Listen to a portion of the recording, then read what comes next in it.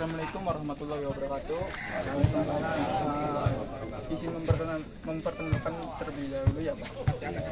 Perkenalkan, nama saya Fida Setiawan dari Universitas Singapura Bangsa Karawang, prodi ilmu keolahragaan, angkatan ke-1 semester 5 kelas B. Perkenalkan, saya Yohanes Utoro dari ilmu keolahragaan 2019 dan asal saya dari Medan. Nah, jadi tujuan kami di sini itu kita mengadakan observasi, itu tugas psikologi olahraga yang di bawah dosen pengampunya itu Ibu Retna Kinanti Dewi. Nah, di sini ada pun yang ingin kami tanya mengenai atlet ataupun pelatih. Ada sebagian itu yang pertama Pak, tadi kan nama klubnya Devika,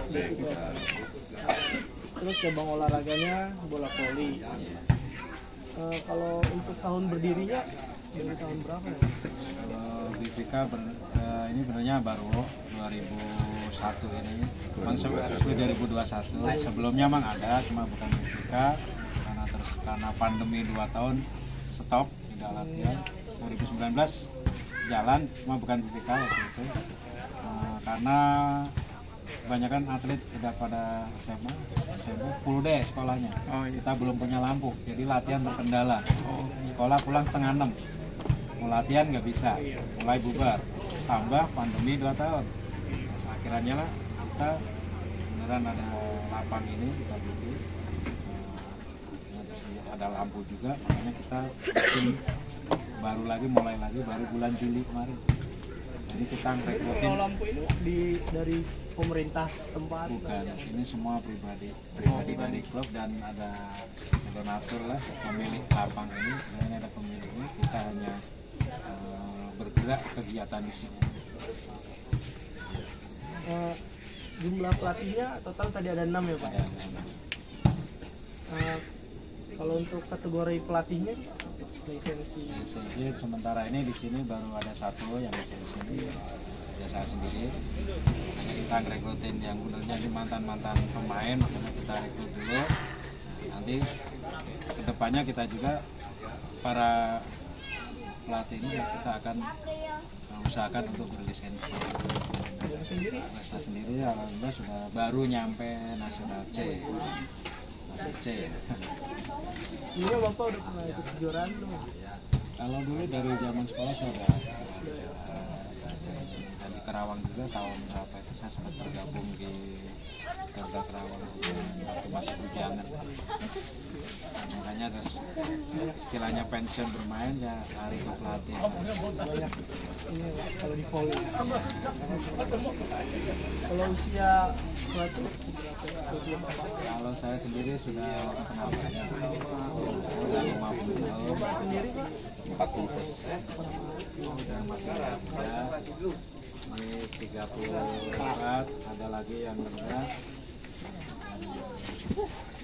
dalam 30-an lah. Kita ada yang di bawah 30. Jadi dia juga benar masih main, cuma kita coba untuk sambil belajar melatih. Berarti Bapak melatih itu dari sebelum COVID itu? Sebelum COVID saya dari tahun 2000. Sebelum punya lisensi sebenarnya saya juga udah melatih, karena alhamdulillah juga sudah sebelum punya lisensi saya sempat menyumbangkan atlet untuk Karawang juga. Hanya dengan itu saya ditarik bergabung dengan PBPSI Karawang. Akhirnya mau nggak mau mulai 2016 itu kan di Jawa Barat baru diterapkan lisensi. Kalau dulu belum. Ini 2016 Pak almarhum Bapak Yamin dulu Impres PB. Jadi mulai sekitar 2014 atau malah Praporda di Kamis, mulai di Bekasi, benar 2016 di Bekasi mulai diterapkan. Jadi yang megang untuk kelas Porda itu udah berlisensi minimal nasional C untuk head coach-nya, tapi untuk asisten daerah juga bisa, trainer bisa. Ini yang ke-8 itu di sini total jumlah atletnya kisaran berapa, Pak? Sekarang sudah 42-an. Itu di rentang semua isinya. Cuma itu masih campur ya, dari SD, ada yang PAUD malah. PAUD, SD, SMP. Sementara ini kita merekrut emang dari usia-usia pelajar SD, SMP. Jadi SMA hanya 1-2 yang kita terima.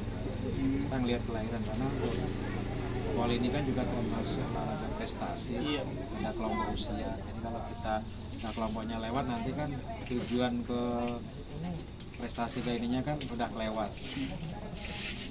Nah, jumlah atlet wanita itu berapa, Pak, di sini? Kita untuk sementara ini banyak berimbang, banyak putra. Oh, berarti 50%-an. Iya, 40-60. Rata-rata usia atlet itu 15-16 berarti. Jadi untuk sementara yang putri kebanyakan SD. Oh, SD. Kalau untuk putra imbang SD sama tetap masih banyak SD-nya. 10 tahun lagi. Karena kita sengaja nyarinya yang SD.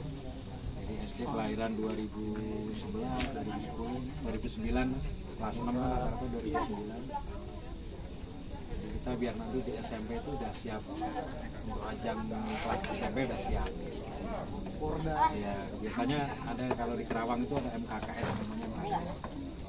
Itu untuk tingkat SMP di luar O2SN ya. Oh, Itu ada untuk Kerawang sendiri ada namanya MKKS.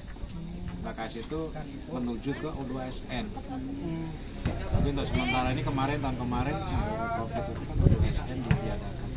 SD SMP itu dituju. itu antar sekolah kan? Antar sekolah.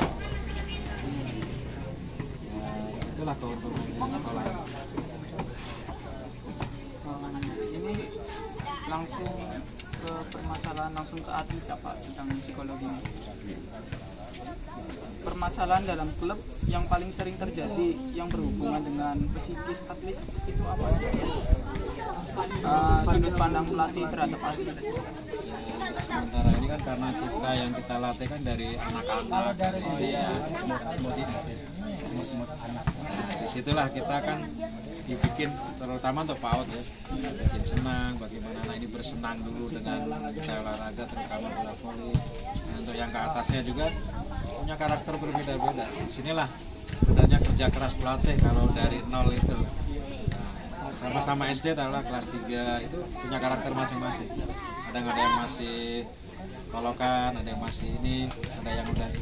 Itu kita harus pahami pelan-pelan kita gimana cara anak ini biar belajar mandiri, biar belajar kalau udah menyenangi ini kan nanti lama-lama kan bisa belajar mandiri.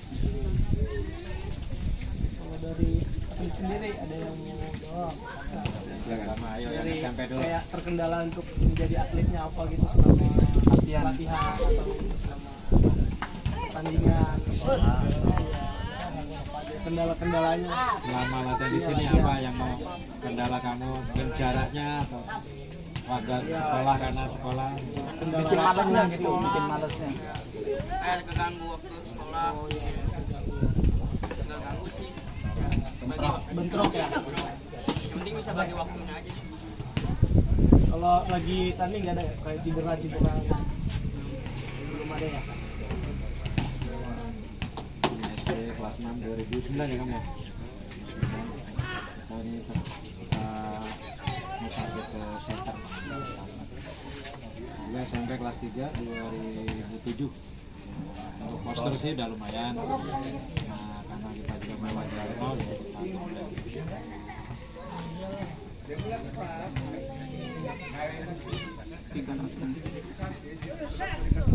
Ini yang ketiga, Pak. Permasalahan lain yang berhubungan dengan pertandingan baik dari sisi atlet maupun sisi pelatih.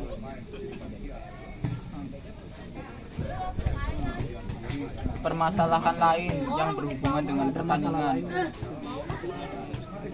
Sementara ini belum ada kesemuanya. Masih fun-fun aja. Yang mungkin nanti di musim hujan. Oh iya. Kita outdoor itu menambah. Itu bukan pertandingan. pertandingan berarti itu masih bukan latihan. Iya masih.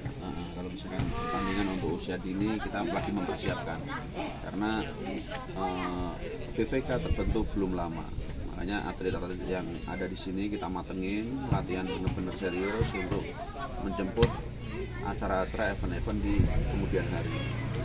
Kalau di sini udah pernah ikut event berapa kali? Belum pernah. Belum. Karena Lagi mempersiapkan. pertama persiapan, yang kedua kan emang 2 tahun ini di Kerawang tidak ada event karena tidak diizinkan selama pandemi COVID. Dan rencana bulan Desember itu PBVSI mengadakan U17 putra putri, kemungkinan PBVSI yang ada, jadi antar klub. Jadi nanti kan di Kerawang itu ya sebagian ini buat Mas Andrew di Kerawang itu ada beberapa klub, sebenarnya banyak, cuma yang tergabung di PBVSI itu nanti yang diundang.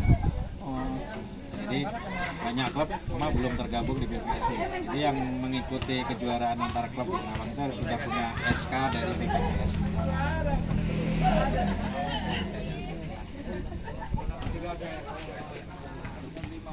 Nah, yang keempat nih, yang terakhir nih Pak, permasalahan lain yang terjadi yang berhubungan dengan mental training terhadap mental atlet.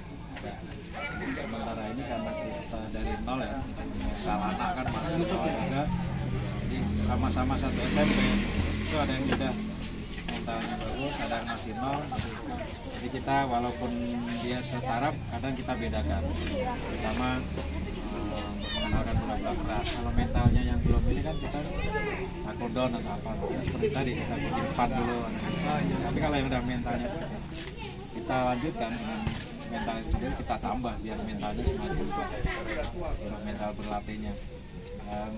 Banyak kan dari awal ya, dari takut bola, sekarang alhamdulillah udah mulai berani agak kencang-kencang. Disitulah mulai ada peningkatan mental anak menghadapi serangan-serangan bola keras. Oh, berarti ada yang belum bisa sama sekali. Memang kita dari nol. Kita sengaja ngambil di situ.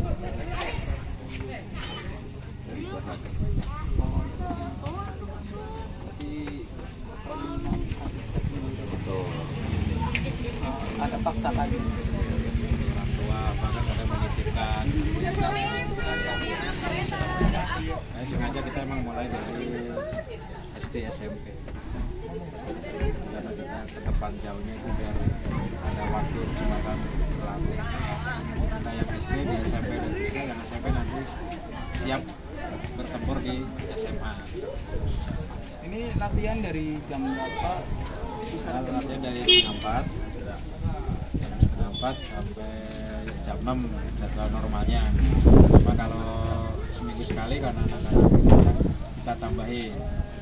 Hari Rabu itu tambahan untuk yang putra. Kalau hari Jumat sama jadwalnya sampai jam 6, cuma ada tambahan dari jam 6 itu ada tambahan untuk putri. Oh, berarti setiap hari atau? Enggak, kita Senin, Rabu, Jumat, Minggu pagi, seminggu 4 kali. Kalau semisal hujan itu langsung dilanjut atau? Kalau hujannya tidak memungkinkan kita stop. Kalau sore hujan stop. Mungkin Selasa ada waktu luang, cuaca bagus kita ganti Selasa. Oh, Karena beneran ya sekarang komunikasi lebih mudah, ada HP, ada grup WA, latihan. Ini udah ada klubnya ya Pak? Ya, ada grupnya masing-masing. ini kalau latihan ramai ini atau biasanya sepi Pak? Rame. Apalagi kalau masnya datangnya hari Minggu. Kalau masnya datangnya hari Minggu lebih rame lagi. Para orang tua biasanya pada nonton, pada hadir, Ikut main di kampus. ya pada ngelihat anaknya lagi. Kalau Minggu sore atau pagi? Pagi ya, jam 7 sampai jam 10. Waktunya paling panjang. Selain ada klub main di sini, ada klub lain nggak Pak? Latihan di sini ada cuma dewasa. Oh, Jadi mereka sewa tempat Sabtu Minggu, tapi sore. Nah, kebenaran kan kosong ya dipakai. Jadi ada yang sewa dari anak-anak PT. Jadi dia ada klub sama anak-anak kerja campur. Kalau untuk klub yang setingkat belum ada. kalau lapangan ini nyewa atau gimana Pak? Nah, di sinilah alhamdulillahnya beneran di sini ada yang punyanya itu juga hobi olahraga, dia juga bisa dibilang dermawan. Jadi kita tinggal pakai. Jadi kerjasama. Jadi kita para anak-anak tadinya ngobrolan dengan yang punya lapang, ayo kita ramekan. Kita meramekan jangan asal rame, kita minta. Terus ada di klubnya. Dia setuju, ada kita bebarengan.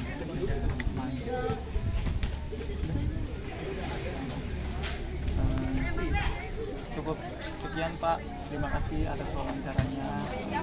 Apabila ada perkataan yang tidak berkenan mohon dimaafkan. Sebelumnya kita buat sesi foto bareng dulu.